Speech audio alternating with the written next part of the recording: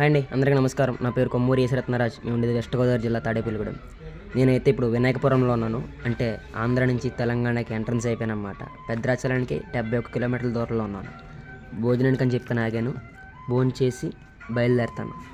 Maybe వాళ్ళు చేరుకుంటే స్వామివారి దర్శనం జరుగుద్ది, లేకపోతే రేపు పొద్దున్న. అంతవరకు నా వీడియో చూస్తుండండి. జై శ్రీరామ్.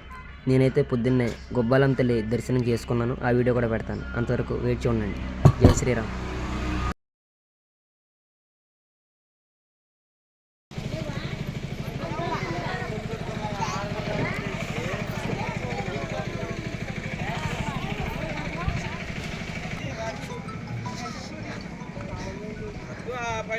ట్రైన్ కూడా ఊడి పథకం కావాలి.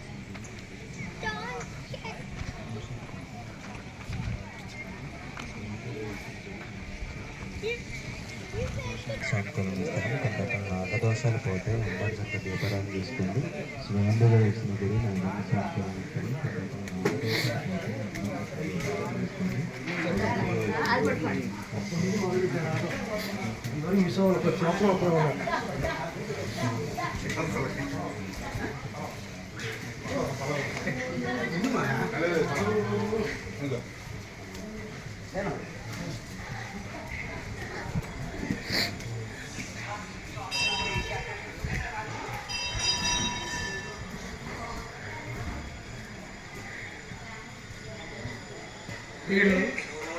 టికెటా?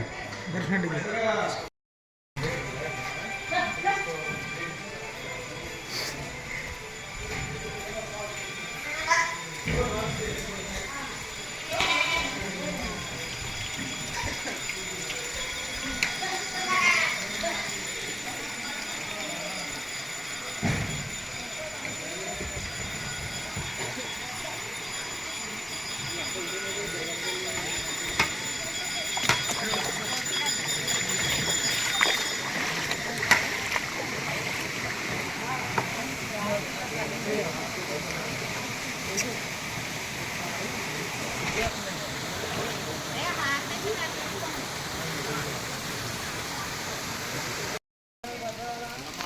హాయ్ గ్యాస్, మీరు చూస్తున్నారు గుబ్బల మంగమ్మ తల్లి గుడి.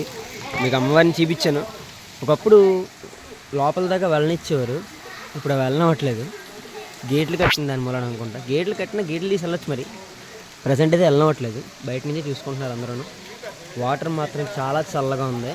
ఎంత చల్లగా ఉందంటే డ్రీప్లో ఎంత చల్లగా ఉంటుందో అంత చల్లగా ఉంది. టెంపుల్ చుట్టూ కోతులు కూడా బాగా హడావిడి చేస్తున్నాయి. ఓకే, వాతావరణం అయితే చాలా బాగుంది. ఓకే, జై శ్రీరామ్.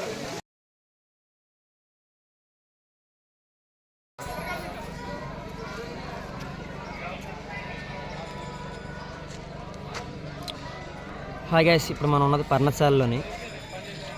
లోపలికైతే మొబైల్స్ అలవ్ లేవు, కాకపోతే ఒక్కొక్కరు తీసుకెళ్తున్నారు, దానికి మనం ఏం చేయలేం.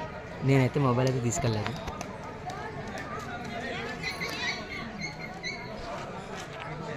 ఓకే,